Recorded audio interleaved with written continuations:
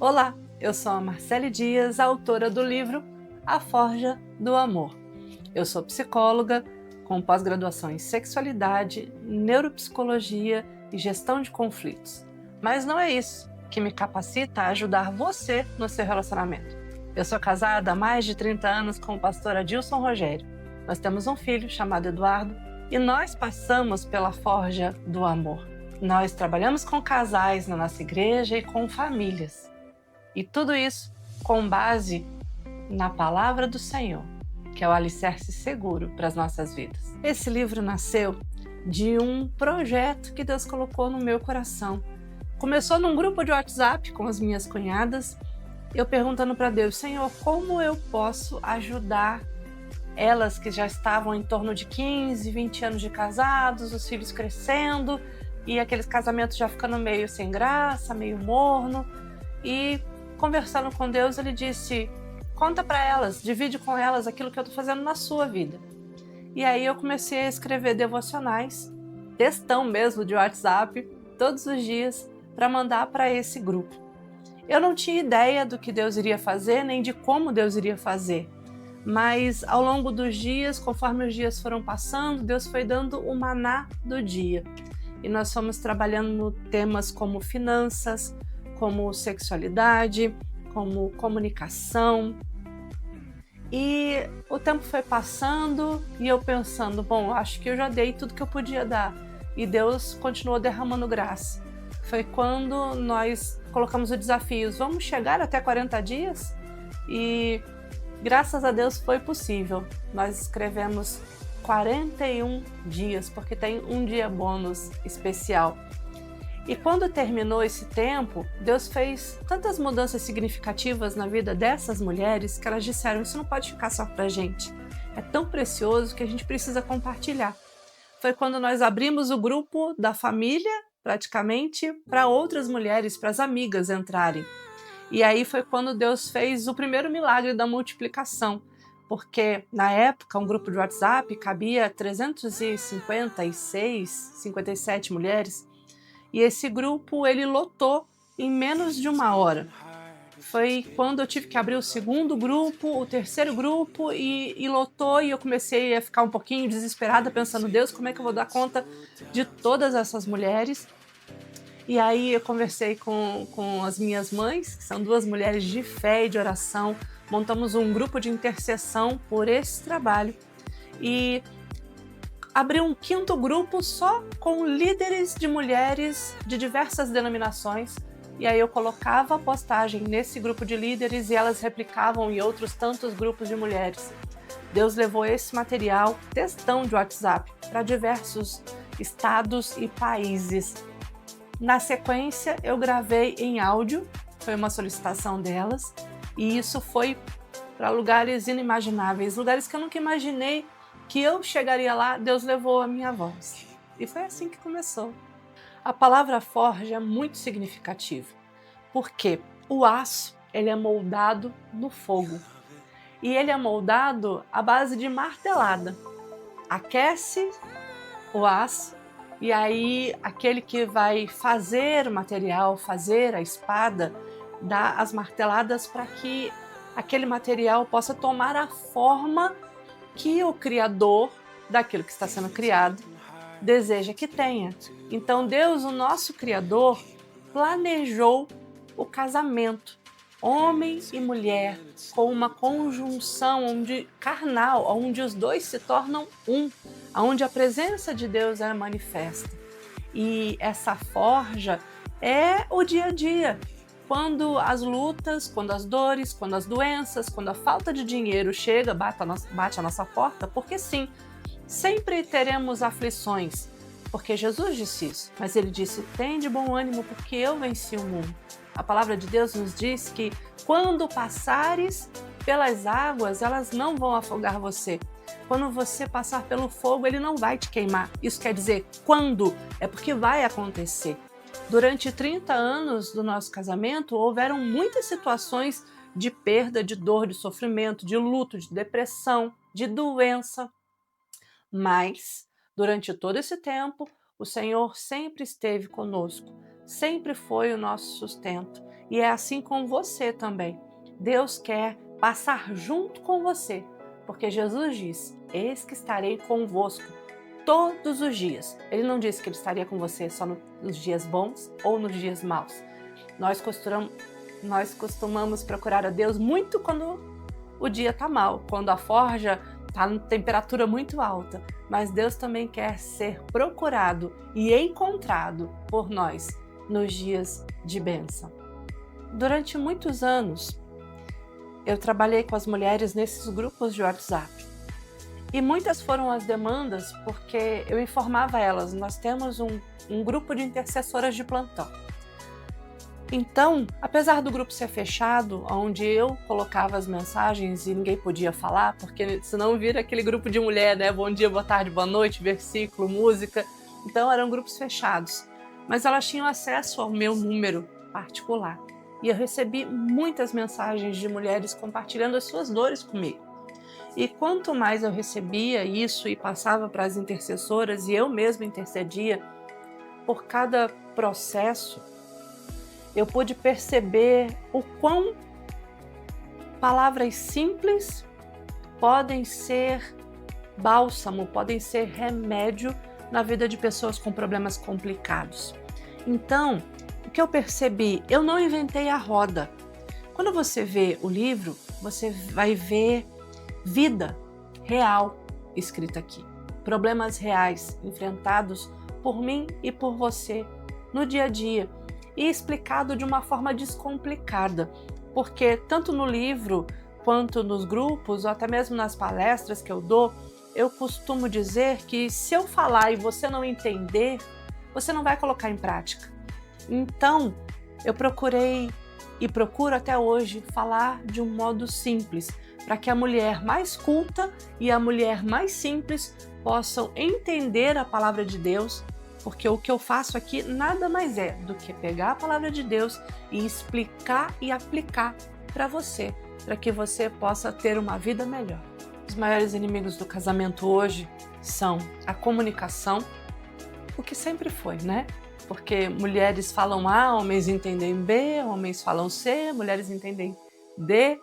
Comunicação sempre foi um desafio, mas em especial hoje, com o advento das redes sociais, as pessoas estão cada vez mais buscando saciar a si mesmas.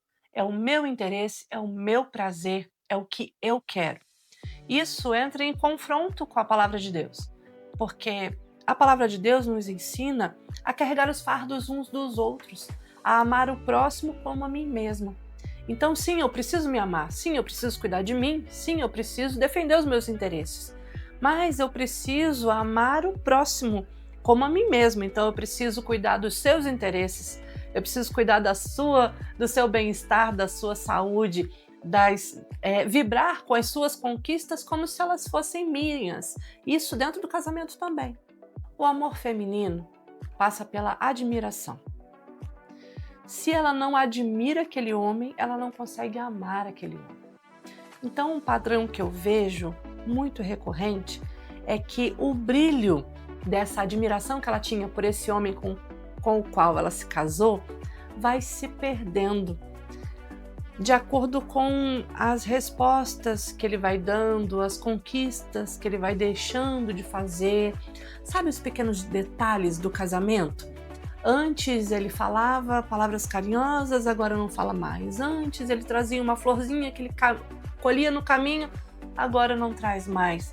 Antes ele se esforçava para estar cheiroso, para estar limpo, agora tanto faz como tanto fez, desgrenhado, relaxado, tanto consigo mesmo quanto com a vida, quanto com a casa e com os filhos. Então essa mulher ela vai perdendo a admiração por esse homem que fez o coração dela acelerar um dia, e ao perder a admiração, o amor, a necessidade de estar junto vai diminuindo. Isso impacta diretamente na vida sexual do casal, porque quando eu não amo, não admiro, eu não desejo. Se eu não desejo, eu mantenho longe. Aí começam as desculpas que atrapalham tanto a vida do casal. Diferente dos contos de fada que a Disney vendeu para nós durante anos, que foram felizes para sempre a partir do sim. Na verdade, a partir do sim, o amor não está garantido. Ele é uma construção. Tanto quanto Jesus, ele nos oferece a salvação e ele nos oferece a companhia dele todos os dias. Só que a vida cristã, ela é uma vida de crescimento, de evolução. É uma vida onde nós aprendemos e evoluímos e vamos sendo lapidados e libertos de várias coisas, e é um processo de santificação até que ele venha ou até que ele nos recolha. No casamento, a presença de Jesus não é a ausência de problemas, não é a ausência de conflitos. A presença de Jesus é o conselho, é a direção, é quando um casal cristão coloca Deus em primeiro lugar na sua vida e não a religião. Porque existe uma diferença entre o seu cristianismo genuíno, a sua vida com Cristo, onde você mantém a sua devocional, a sua fé, a sua oração, a sua leitura da palavra, onde você se abastece, onde você se alimenta. Tanto o marido quanto a mulher, eles são responsáveis pelo próprio crescimento espiritual. Eles podem fazer isso em conjunto e é essencial que o casal faça isso. Eu costumo dizer que quando o casal ora junto, ele vence as barreiras e as dificuldades. Quando cada um cuida de si mesmo, essas barreiras também são vencidas, mas com um processo diferente, mais difícil. As lutas vão acontecer, porque a gente não consegue controlar tudo. Quando nós aceitamos a Jesus como nosso único, suficiente Salvador e Senhor das nossas vidas, nós não ganhamos um documento escrito e assinado por Jesus com o sangue dele dizendo: não vai mais ficar doente, nunca vai ter câncer, nunca vai ter problema financeiro, vai prosperar, vai ser rico, vai viajar o mundo todo. Isso não existe. Isso é um evangelho que foi vendido de uma forma muito errada durante muito tempo. Tem um slogan que diz aí que venha para Jesus e pare de sofrer. Isso é mentira, porque a vida real é como o pulsar de um coração, né? Quando você coloca aquele negocinho no dedo no hospital e fica pi, pi, pi, pi, pi, é porque existe vida. Então, se for linear, é porque morreu. Então, se a sua mulher tá te perturbando de vez em quando e te amando e cuidando de você e de vez em quando ela te tira do sério, é vida. Vida é movimento e o ser humano é eterno vir a ser. Então, os casais cristãos também passam por momentos de dificuldade. Vamos pegar como exemplo a vida financeira do casal. Cada casal é um casal, então não tem receita de bolo. Eu falo isso aqui na semana que eu trato sobre finanças. Não tem que ser o marido que vai tomar conta das finanças, porque às vezes esse marido não tem essa característica. Às vezes quem tem a característica de controle e de saber o que paga e quando paga e por que paga, se vale a pena pagar ou não, às vezes é da mulher, às vezes é dos dois. Então, para cada casal, existe um acordo aonde um faz o que precisa ser feito e o outro colabora, ou os dois fazem juntos. Eu digo que para o casal seria essencial ter uma conta em conjunto, para segurança, para transparência, para que não houvesse caixa 2, porque caixa 2, tanto para a mulher quanto para o homem, é muito prejudicial no casamento, né? Precisa ter transparência, mas a mulher tem as necessidades dela, aquela bota especial que para ela é uma necessidade vital que para ele não faz sentido, ou um acessório para o carro que ele quer comprar e ela acha totalmente desnecessário. Isso vai gerando rusgas no casamento. E quando a gente vem para a palavra de Deus, ela nos orienta que a verdade é uma pessoa, e essa pessoa é Jesus. Então o casal, quando ele é cristão genuíno, eles vão mais cedo ou mais tarde se ajustar, se confrontar, conversar a respeito, dizer o que é prioridade para nós, qual é o nosso orçamento, como é que a gente vai trabalhar isso, o quanto desse orçamento você vai poder fazer as suas coisas de menina, ir para o salão, arrumar o cabelo, fazer unha, e o quanto desse orçamento eu vou poder fazer as coisas de menino, jogar bola, sair com os amigos, e tá tudo bem. As individualidades precisam ser mantidas, mas ao contrário do casal religioso, que é um casal que só vai na igreja e posta hashtag tá pago, né? É diferente, porque esse casal religioso escuta, escuta, escuta e não aplica. Então a palavra de Deus, quando ela entra, mas ela não permanece, não gera mudança de comportamento, aí está o problema, porque as pessoas pensam que vou na igreja, tem um termo usado muito erradamente que é pago o meu dízimo, ninguém paga dízimo nenhum. Quem dá oferta, quem entrega o dízimo, entrega porque reconhece que tudo que tem, tudo aquilo que conquistou, vem da mão de Deus e volta para Deus como gratidão, com coração alegre. Deus tem cuidado tanto de mim que eu devolvo a Ele para que a obra dele não pare. Então, até mesmo a questão de ser ou não dizimista é uma coisa que impacta diretamente no casamento. Porque muitas mulheres reclamam, meu marido não é dizimista. Ele ainda não entendeu que o Deus da bênção não dá para trabalhar com barganha. Vou dar 10 para Deus para ele me dar 1000. Não funciona assim, né? Então são esses problemas do dia a dia que o casal cristão, ele começa a perceber que ao obedecer a palavra, a bênção de Deus alcança o casal. Isso na área financeira que a gente está falando agora, isso na área da sexualidade, na área da criação de filhos também funciona assim. Quando eu pego a palavra de Deus e aplico na minha vida, ela gera mudança de comportamento. E isso ajuda o casal a permanecer firme, apesar das circunstâncias, apesar dos contratempos, apesar do fogo da forja, que esquenta de vez em quando. Mas aí o ferreiro tira o material do fogo e começa a lapidar. Então, com Jesus é um crescente. Nós vamos crescendo, evoluindo, melhorando. E eu posso dizer que hoje, com 30 anos de casado, tem coisas que no início de casado eram difíceis, eram até mesmo insuportáveis, que hoje a gente nem liga mais. Isso demonstra evolução, amadurecimento, e isso só chegamos nesse ponto porque tivemos a palavra de Deus como base, como guia, porque nós construímos a nossa casa sobre a rocha. A insatisfação, ela surge como algo que é gerado dentro de você a partir de uma comparação. E a comparação é o ladrão da alegria. Então, hoje nós temos as redes sociais onde as pessoas só postam vitória.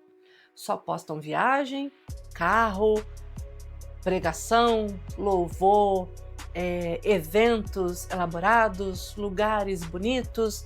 Então, as pessoas postam uma vida que não necessariamente é uma vida real.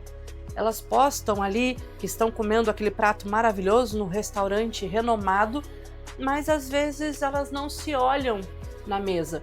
Tá a mulher, o marido, os filhos, cada um no seu mundo paralelo, cada um no seu celular, sorri na hora da foto, depois fica ali só postando e comentando e não olham um para o outro.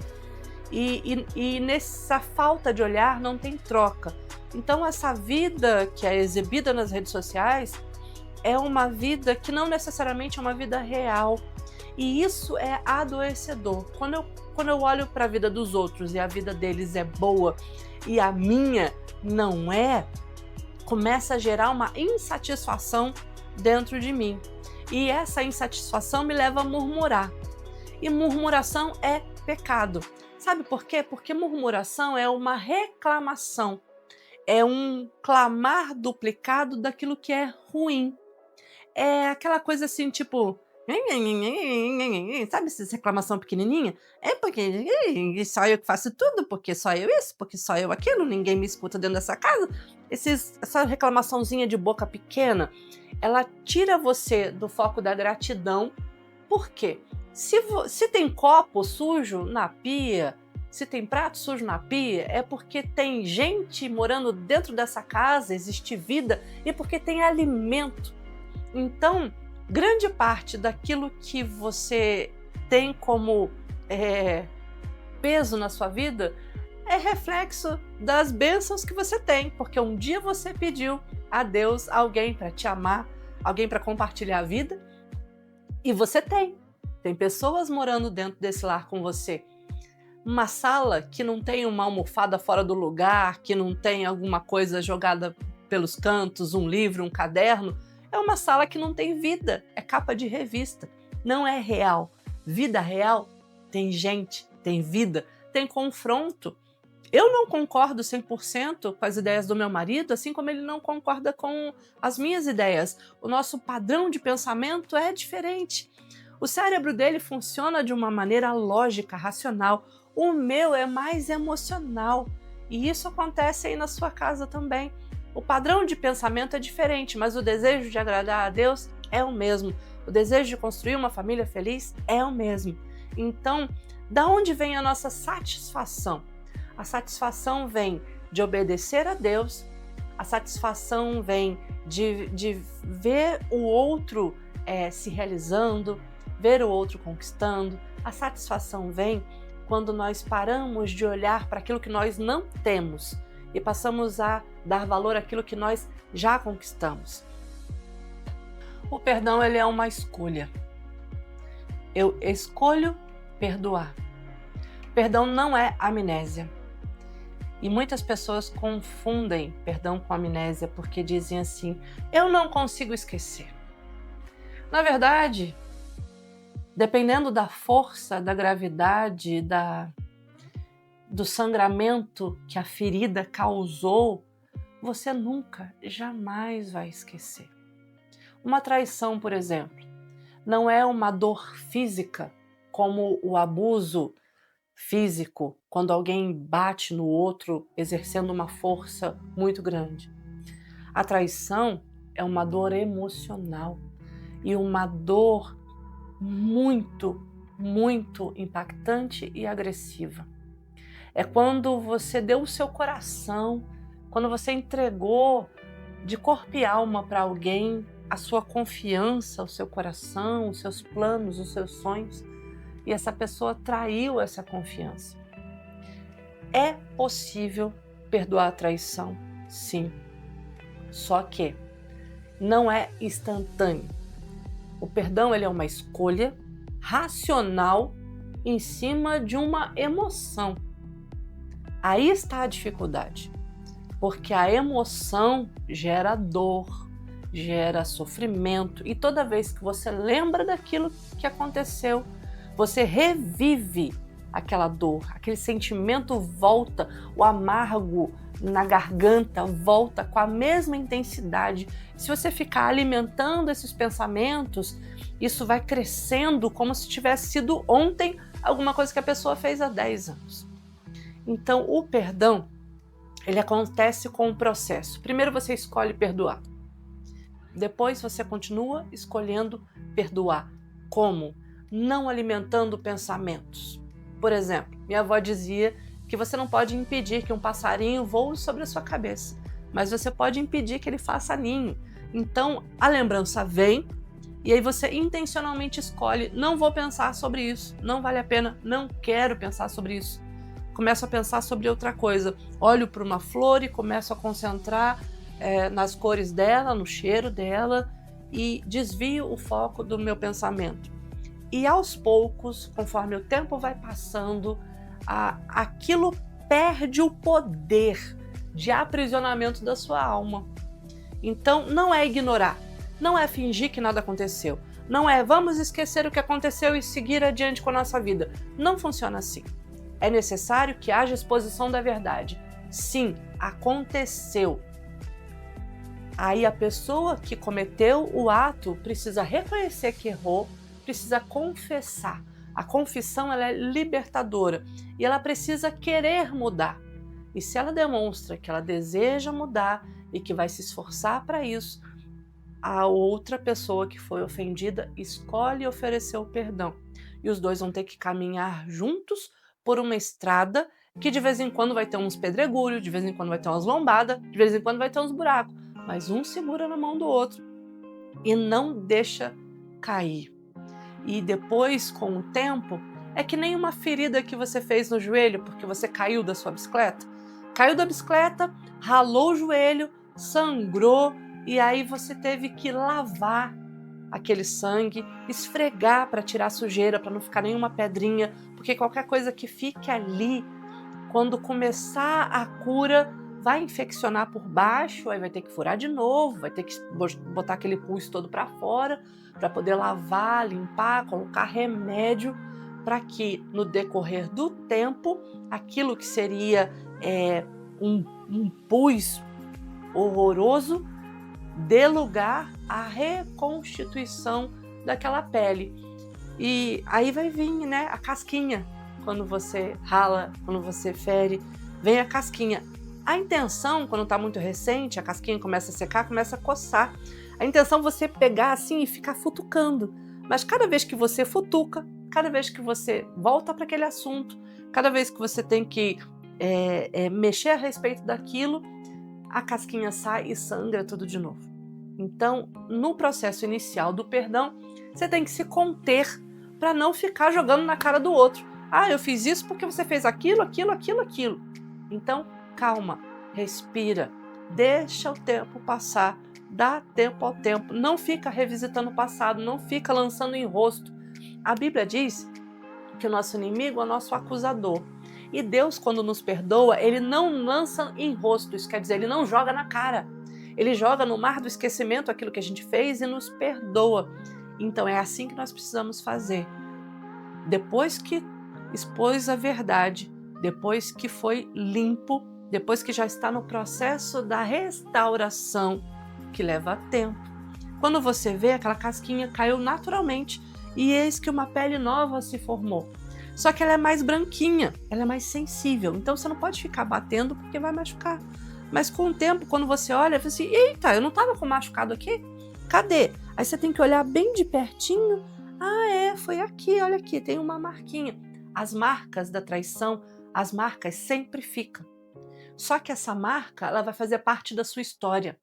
Ela não vai te destruir, ela vai te tornar mais forte para as próximas fases da sua vida. Então, sim, há perdão, é possível, mas é intencional e é racional sobre uma dor emocional.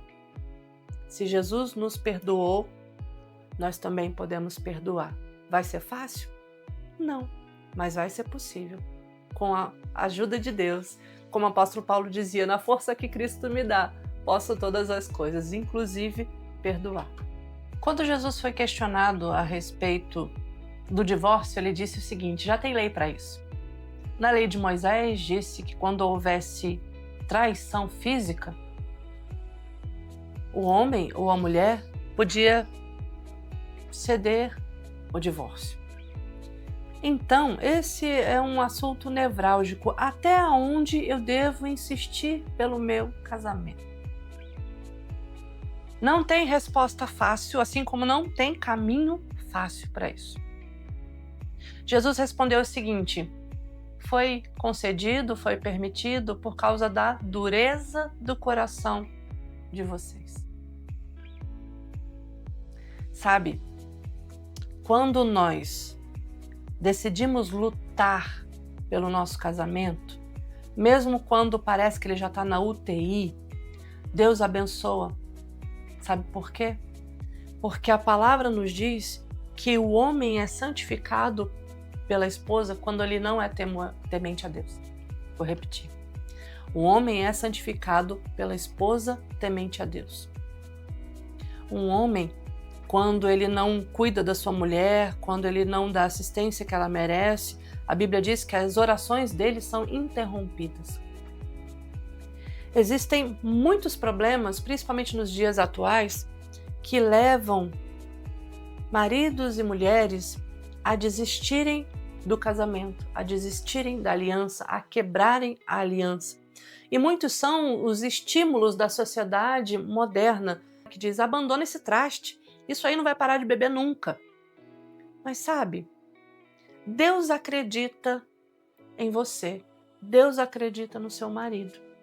Mesmo que seu marido ou a sua mulher ainda não seja convertido ou seja apenas um religioso, nós precisamos alinhar a nossa fala àquilo que nós cremos.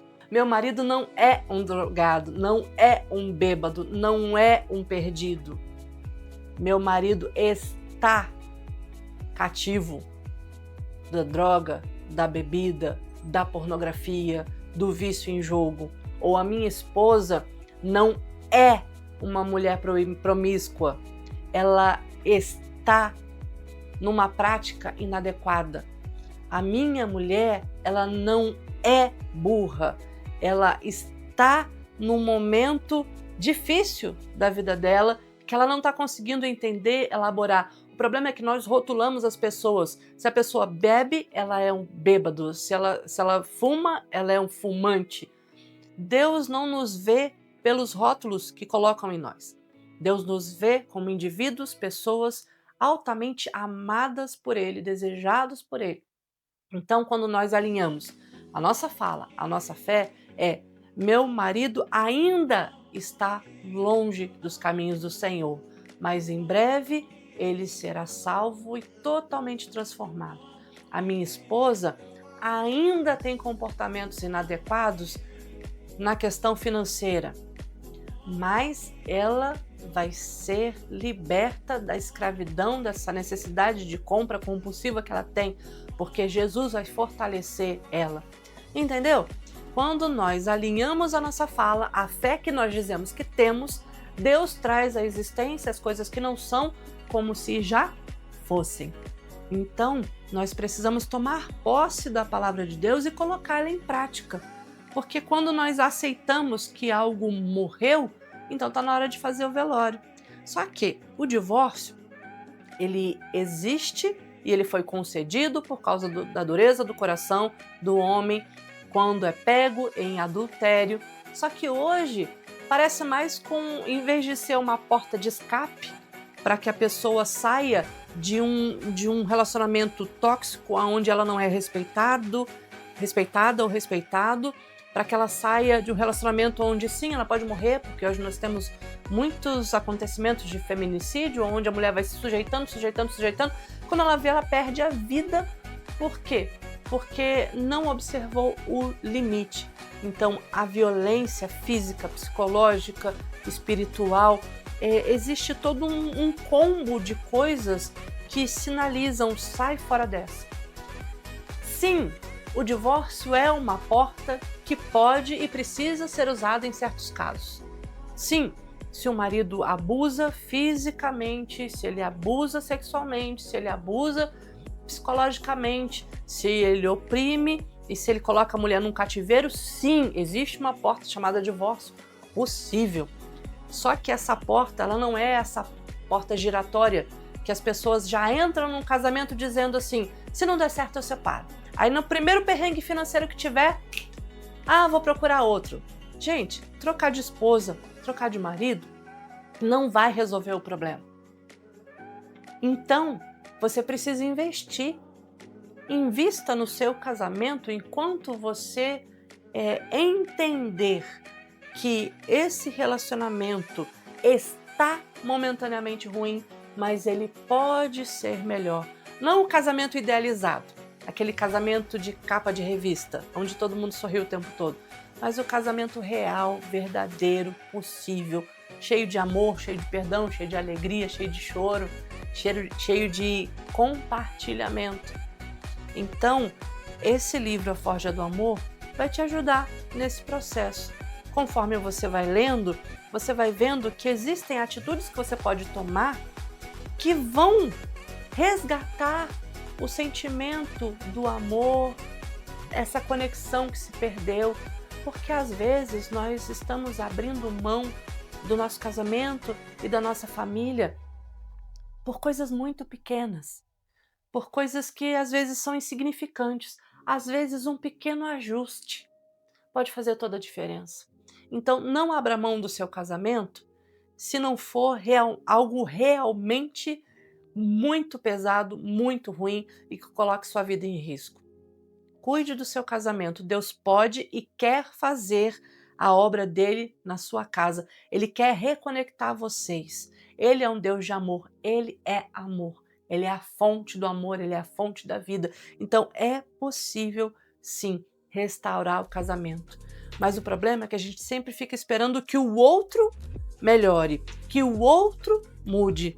Mas às vezes, para que o outro mude, para que o outro melhore, eu preciso mudar primeiro o que eu falo, o que eu faço, o que eu estou mostrando. Então é autorresponsabilização pela própria felicidade, pelo próprio casamento. Então, o livro, ele é devocional, né? Ele é para ser lido de uma vez só? Não. Ele é para ser lido um dia de cada vez. Por quê? São assuntos muito específicos, especiais, que você vai precisar ler e vai precisar ruminar durante o dia aquilo que você leu. No livro, depois da devocional, tem uma oração específica dentro do tema que foi abordado e tem uma tarefa. Então, assim, a teoria vem, eu coloco ela diante de Deus em oração e depois eu preciso ter uma ação, uma atitude que vai demonstrar que eu li, entendi, concordei muito ou não concordei muito, coloquei diante de Deus e aí vou ter uma ação prática, um comportamento e essas ações práticas, esse comportamento para com o outro que vai gerar as mudanças pequenas, dia após dia, para que você possa conquistar esse aquecer da chama do amor no seu casamento.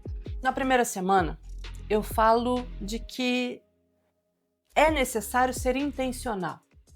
Você precisa agir com a razão sobre a sua emoção. Por quê? Porque nós vamos aprender algumas coisas com a Bíblia e essas coisas vão precisar mudar a forma como eu estou agindo. Na primeira semana, eu falo sobre se você é abençoada ou sobrecarregada, porque às vezes você está sobrecarregada das bênçãos que você já conquistou. E aí eu sigo pelo caminho dos indicadores. Sabe, quando eu escrevi para as mulheres, para falar sobre indicadores, eu falei sobre filho, sobre febre, termômetro, levar ou não para o hospital. Depois, quando eu estava escrevendo o livro dos homens, eu escrevi... Demorou um tempinho para escrever porque eu precisei traduzir a fala feminina para a fala masculina e aí eu precisei da ajuda do meu marido, homem, nessa tradução. E aí quando eu falo de indicadores para eles, eu falo de carro, de painel de carro, de luzes acesas no painel do carro. Se uma luz acende no painel do seu carro, é porque tem um motivo para ela estar acesa, ela não pode ser ignorada. Quando 2 ou 3 luzes acendem ao mesmo tempo, você precisa correr e levar esse carro para dar uma olhada ali antes que você fique parado na estrada por algum motivo sem nem saber o porquê. Então, a primeira semana praticamente são sobre os indicadores. O primeiro dia eu falo sobre o beijo. Quando a gente começa a namorar, a gente beija o tempo todo, sempre que pode. Esteja na frente de quem estiver, esteja no cinema lotado, num ponto de ônibus, veja quem vê. Você tá pouco se importando, você tá beijando. Porque o beijo, ele traz conexão. E por que que isso se perde no casamento? Quando não tem filhos, vocês se beijam um pouco mais e aí quando as crianças vêm, o beijo começa a fazer parte só do momento da intimidade do casal, ali no rally-rola, e durante o dia não se beijam mais. E esse é um indicador importante. O beijo precisa permanecer entre o casal. É uma prática que, mesmo que seja um beijinho de 6 segundos, libera hormônios de prazer no seu cérebro e te ajuda a continuar engajado naquele relacionamento. Quando a gente vai deixando esses indicadores, os pequenos detalhes de lado, porque não dá tempo, porque eu estou trabalhando demais, porque eu estou doente, o seu casamento vai sendo prejudicado. E aí esses indicadores, como um semáforo, ele estava no verde, passou para o amarelo, que é a atenção, e de repente está no vermelho e você nem sabe por quê. Então no livro eu falo desses indicadores, e além do beijo tem outros, como o abraço, como um tom de voz e alguns outros. Tem um indicador também que é a vida sexual, mas aí eu não falei no início do livro não, deixei uma semana inteira só para falar sobre sexo. Na segunda semana eu estimulo você a ter esperança e a conhecer o plano de Deus. O plano de Deus para o casal, o plano de Deus para a família. E depois nós falamos sobre alinhamento conjugal e os planos que vocês precisam fazer para o futuro. Na semana 3, a gente continua falando sobre insatisfação. E aí, autoconhecimento entra com força nessa semana. Quem você pensa que é? Quem você pensa que Deus é? Quando você fala com Deus, com quem você pensa que você está falando? E aí, nós já começamos a falar sobre comunicação. A forma como você se comunica com Deus, a forma como você se comunica com seu cônjuge, a forma como você entende a comunicação dele e meios de como mudar isso, como melhorar isso. Mesmo que seu casamento esteja muito bom e a comunicação flua, sempre tem como melhorar. E aí você encontra no livro algumas dicas. Na semana 4, eu falo sobre a confiança e a insegurança, falo que é dando que se recebe, falo a respeito das memórias familiares e de como elas impactam na vida do casal. Porque quando um homem e uma mulher se juntam, eles vêm trazendo toda uma bagagem de como eles foram criados. Se eles tiveram a presença ou não do pai e da mãe, se eles estavam juntos, se não estavam juntos, a cultura daquela família, o jeito daquela família lidar com os problemas, o país de onde veio, tudo isso impacta na forma como essa pessoa opera no mundo. E aí 2 pessoas de mundos diferentes, além de ser homem e mulher, que já são na Constituição diferentes, eles vêm de culturas e de criação diferente e vão para dentro de uma casa. E eu costumo dizer que o primeiro ano de casamento é o melhor e o pior ano de vida em comum do casal. O melhor porque tem toda uma questão ali de tesão, de vamos junto, vamos conquistar, nós precisamos só de pouca coisa para ser feliz, desde que a gente esteja junto, vai ficar tudo bem. E a verdade da vida, os problemas do dia a dia, do cotidiano, começam a vir e a gente vê, opa, né? Tem que comprar gás? Ué, nunca soube que precisava comprar gás? Mamãe pagava, papai pagava, contas, boletos começam a fazer parte da vida e aí esse momento é um momento de ajuste fino para que a engrenagem do casamento e da futura família que está sendo construída nesse momento possa funcionar. E aí eu trabalho a respeito disso, a respeito da confiança também que precisamos ter um com o outro. Aí na semana 5 eu falo sobre amor e dinheiro. Essa semana aqui é uma semana especial. É uma semana onde nós vamos olhar para a nossa casa, para a nossa família e eu vou te dar diretrizes para que você construa com a base sólida da palavra de Deus o caminho da sua casa, sem comparação com a casa dos seus pais, sem comparação com a casa do fulano que você admira. Existe um caminho real e possível e feliz para a sua família, respeitando as características de vocês. Na sexta semana, aí sim, nós falamos sobre sexo. Eu sou do meu amado e meu amado é meu. Sexo é muito mais do que uma ação mecânica do corpo. O sexo ele é benéfico para a alma, ele é benéfico para o corpo e ele tem tudo a ver com o espírito. E aí quando eu falo sobre sexo, ser espiritual, as pessoas falam: nossa, que sacrilégio, Marcele! Não é sacrilégio. Tem gente que pensa que Deus criou o homem, criou a mulher e na hora de fazer as partes genitais, os órgãos sexuais, fechou os olhos e chamou o capeta e falou assim: faz isso aí que eu não quero nem ver. Não é verdade. Deus criou o sexo, por isso é perfeito. O encaixe é perfeito. Deus criou o sexo, por isso que é prazeroso. Deus criou o sexo, é por isso que gera vida. Os filhos de Deus vêm para essa terra como criaturas no ventre da mãe, pela semente lançada pelo Pai. Isso é divino, isso é maravilhoso. Sexo gera vida. Sexo é energia, é troca, é muito bom. O problema é que tem casais que não conversam e por isso não se ajustam.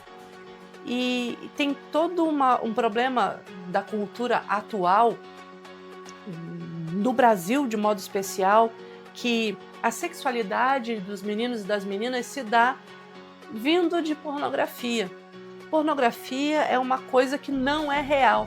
Aquelas pessoas ali são pinçadas com corpos esculturais, são pessoas que são pagas para gritar, para gemer, e fica ali horas gravando e eles pegam cortes e aí você pensa que é uma performance maravilhosa, mas na verdade o corpo nem foi programado para aguentar, para suportar aquilo que está sendo colocado ali. Então essa criação que vem dessa sexualidade, que vem da pornografia, que vem ali de um tratamento egoísta, tanto quando a pornografia é feita para homens, quando é feita para mulheres, porque hoje em dia sim, também temos mulheres viciadas em pornografia.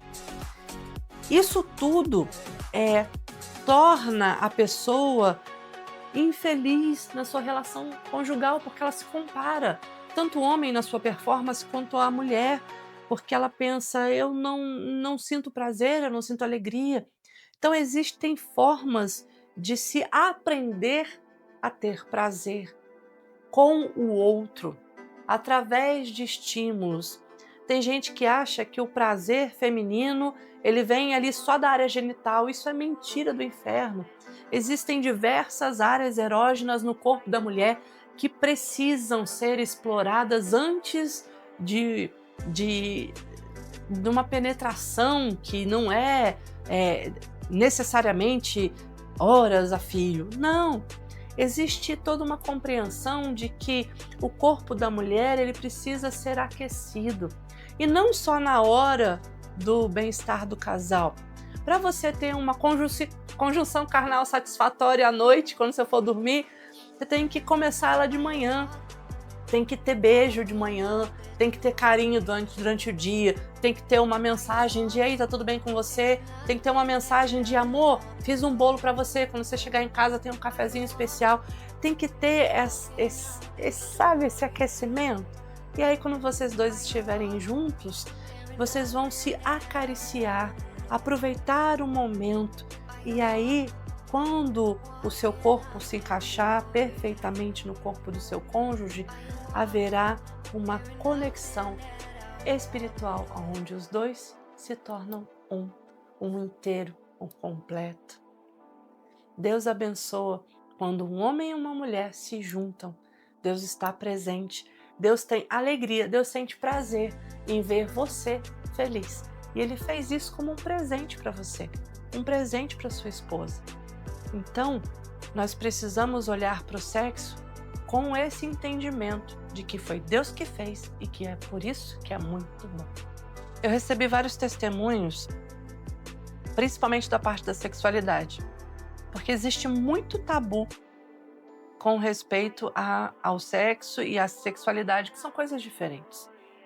Então, quando nós chegamos aqui, tem muitas mulheres que, por conta da religiosidade, por conta de um ensino equivocado, de uma cultura tradicional religiosa, não se permitem usufruir do sexo como sendo um presente de Deus. Algumas, principalmente as que têm mais idade, as que têm mais de 40, têm dificuldade nessa área. Então, os testemunhos que eu recebi foi: poxa, eu não sabia que eu podia ser feliz.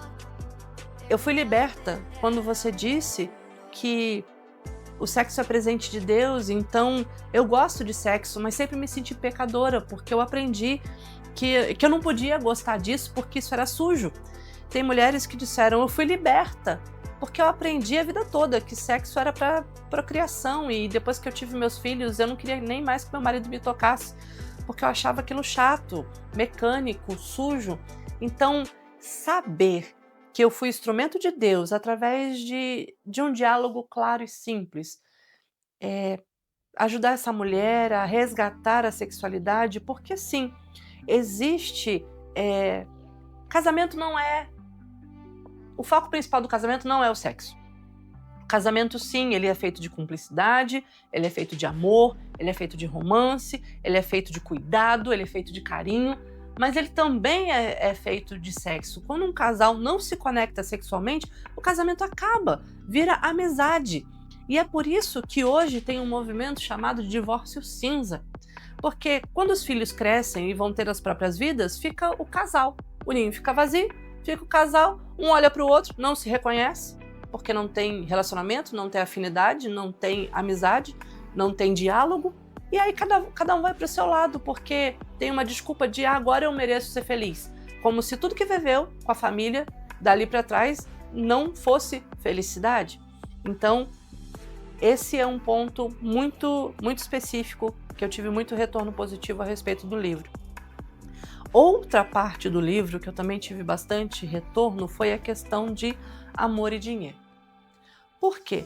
Quando eu falo que não tem receita de bolo, que cada família precisa olhar para si, para as próprias características de um e de outro e acordar o seu próprio planejamento financeiro, tem gente que diz assim: ah, mas é que eu sempre ouvi na igreja que o marido é o sacerdote do lar. Então, o marido é o responsável pelo sustento, o marido é o responsável pelo gerenciamento das finanças da casa. E quando o marido não tem esse dom, quando o marido não sabe fazer isso, a família toda padece. No livro, eu explico que respeitar as características, por exemplo, se a esposa tem uma formação em economia, em administração, e o marido vem de uma família onde era desequilibrada financeiramente, não há problemas em a mulher assumir esse papel de organização. Organizar não quer dizer controlar. Tanto o homem quanto a mulher não devem pensar em si mesmos e dizer: eu é que pago as contas, eu é que mando. Não, nós somos uma família, nós somos um casal. Então, o interesse de todos precisa ser observado. E nessa semana aqui eu também tive muito retorno positivo de uma quebra dessas mentiras que o diabo ele usa ao longo de décadas sendo replicada, e as pessoas vão ensinando coisas equivocadas porque acham que é assim, porque antigamente a religião dizia que era assim. Então, é uma parte muito legal. E a parte da comunicação também, sabe? O problema da comunicação é que as mulheres dizem: eu falo, mas ele não entende, ele não faz. E ao lerem a semana sobre a comunicação, algumas delas me disseram o seguinte, que aprenderam a observar o marido, aprenderam a não trazer assuntos picantes em momentos de estresse, em momentos que o marido não estava preparado para ouvir a respeito disso. Falaram a respeito da comunicação como essa dificuldade, né, de fazer se entender, até mesmo de convencer o outro a fazer aquilo que eu quero. E aí eu ensino algumas formas de persuasão para convencimento, e elas foram muito felizes e disseram: nossa, Marcele, eu tentava fazer o meu marido entender isso há tanto tempo e agora eu consegui. Só uma coisinha chamada orientação. Isso foi muito legal também. Fora tantas outras coisas que Deus tem me dado graça de compartilhar com essas mulheres. O livro A Forja do Amor, ele não nasceu da teoria, ele nasceu da prática. Eu acho que isso torna diferente. Quando eu escrevi esse material, eu revisei ele agora há pouco tempo, e aí eu fui lendo dia a dia e pensando: uau, caraca, eu gosto dessa escritora, eu gosto do jeito que ela fala, olha isso. E aí eu falei para o meu marido: olha que legal. Aí ele disse: deixa de ser boba, foi você que escreveu. Eu falei: na verdade, eu não sinto como tendo sido eu que escrevi. Eu me sinto quase que como uma amanuense que o Espírito Santo foi ditando, e aí eu fui escrevendo aquilo que ele foi me inspirando, porque se fosse de mim mesma, talvez não saísse tão prático, tão simples, tão legal. Então, eu costumo dizer que cada um desses devocionais foi inspirado, foi ditado, foi soprado pelo Espírito Santo. Então, ele é especial porque fui eu que escrevi? Não. Ele é especial porque ele é vida real, é vida prática. E foi realmente inspirado por Deus, porque eu, Marcele, tenho certeza que eu não teria condições de fazer algo tão especial. Eu estou especialmente feliz, porque quando era um projeto de WhatsApp, ele cresceu, ele tomou corpo, ele rompeu barreiras, mas as mulheres sempre me pediam: preciso ter um material, preciso ter algo para eu poder trabalhar com um grupo. E quando nasceu o livro impresso, e agora que está pronto já, sendo impresso também o livro deles, eu fico especialmente animada, porque eu estou dando a essa liderança de casais, a essa liderança feminina, até mesmo a liderança de quem trabalha com homens casados, um material testado, provado, comprovado de que funciona. Então isso me deixa especialmente animada. No início do projeto, quando eu fiz um grupo para que mentoras recebessem o material e derramassem nos seus grupos, é porque eu vi que isso estava muito maior do que eu e era para além de mim mesma, que eu não daria conta de eu cuidar, discipular e ensinar tantas mulheres com necessidades na área conjugal. Foi quando eu reparti com outras mulheres de Deus que lideram grupos de mulheres, grupos de casais. Eu vi isso não apenas somar, mas multiplicar e crescer de uma forma exponencial. Então, quando uma líder pega esse material e usa na própria igreja, ela está replicando o amor de Deus e a possibilidade de que haja um freio nesse movimento do inferno de destruição de lares. O primeiro movimento que o inferno fez foi o divórcio, foi tirar a figura masculina de dentro de casa. Tirando a figura masculina de dentro de casa, tirou a referência da masculinidade, a referência da feminilidade, deixou uma mulher sobrecarregada, e o projeto de Deus é que os dois formem uma família, que os dois multipliquem, mas que os dois também trabalhem a criação e sejam fecundos em várias outras áreas da vida. Quando uma pessoa tem uma família equilibrada, ela flui nas outras áreas da sua vida. Ela se torna empreendedor, empresário, ela se torna melhor professor, ela se torna melhor na multiplicação do evangelho. A base, a família, é onde está a bênção de Deus, aonde tem a multiplicação. Então, cada líder que usa esse material para replicar os ensinos bíblicos a respeito do casamento está fazendo um favor, não apenas para os casais da igreja, mas para a sociedade, de modo geral. Eu espero que a Forja do Amor seja o best-seller da editora.